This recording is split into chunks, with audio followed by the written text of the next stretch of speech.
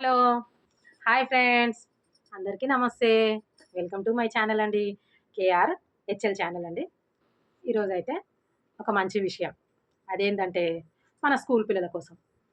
ఎక్కడ ఏంటి అనేది ముచ్చట ఇప్పుడు మీతో షేర్ చేసుకోబోతున్నాను.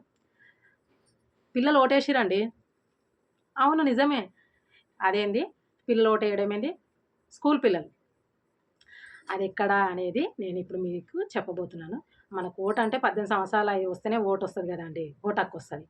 మన నిర్మల్ జిల్లాలో అయితే ఒక గవర్నమెంట్ స్కూల్‌లో చిన్న పిల్లలు స్కూల్ పిల్లలు ఓటేసిర్రు. అదేంది అంటే ఓటంటే వాళ్ళ స్కూల్లోనేనండి. స్కూల్‌లో లీడర్ కోసము మాకు ఇట్లా వాళ్ళ సార్ వాళ్ళు, వాళ్ళ టీచర్ వాళ్ళు అవగాహన.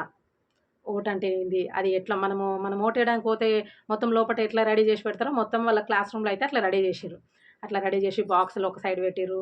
వాళ్ళు లైన్‌కెళ్ళడము, వాళ్ళకి నచ్చింది ఎవరికి నచ్చినట్టు ఓటేస్తారు గదా! అట్లా మొత్తం సెట్ జేసి పెడితే అమ్మాయిలు, అబ్బాయిలు ఆధార్ కార్డ్ పట్టుకొని లోపటికెళ్ళిర్రు.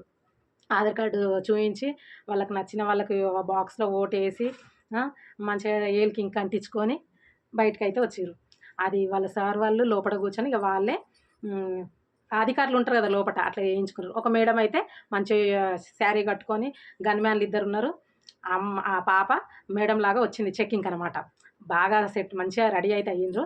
వచ్చిర్రు మేడం చెకింగ్ జేయడానికొచ్చింది. చెకింగ్ అయింది. ఓట్లయితే మంచిగా కంప్లీట్ అయితే అయిపోయినాయి. వాళ్ళే పిల్లలే కౌంటింగ్ జేషిర్రు. నలుగుట్లో ఇద్దరు గెలిచిర్రు. ఒక పాప, ఒక బాబు. గెలిచిన వాళ్ళని సార్ వాళ్ళు అడిగిర్రు. ఇప్పుడు నువ్వు గెలిచినావు గదా! ఎట్లా అని అడిగితే, వాళ్ళు నిజంగా లీడర్‌ల లాగానే సమాధానం ఇచ్చిర్రు. అదెట్లా అంటే, నేను అందరిని క్లాస్ రూమ్‌లో అల్లరి జేయకుండా చూసుకుంటాను. ఇది నా బాధ్యత. అందరిని సైలెంట్‌గా చూడడము, క్లాస్‌లో డిసిప్లిన్‌గా ఉండడము, కొంచెం రెస్పాన్సిబిలిటీ తీసుకుంటా అనేసి అయితే పిల్లలు బాగా చెప్పిర్రండి. మంచిగా చెప్పిర్రు. ఇంకొకటేందంటే, అది కంప్లీట్ అయిపోయినంక మన పిల్లలకి అవగాహన. అంటే ఇప్పుడు చిన్న పిల్లలు. వాళ్ళు ఏజ్ ఓటేసే ఏజొచ్చే వరకు వాళ్ళకి అవగాహన. ఆహా! ఇట్లుంటదా? ఓటేయడం అంటే ఇదా? దాని మీనింగ్ అంటే ఇట్లుంటది.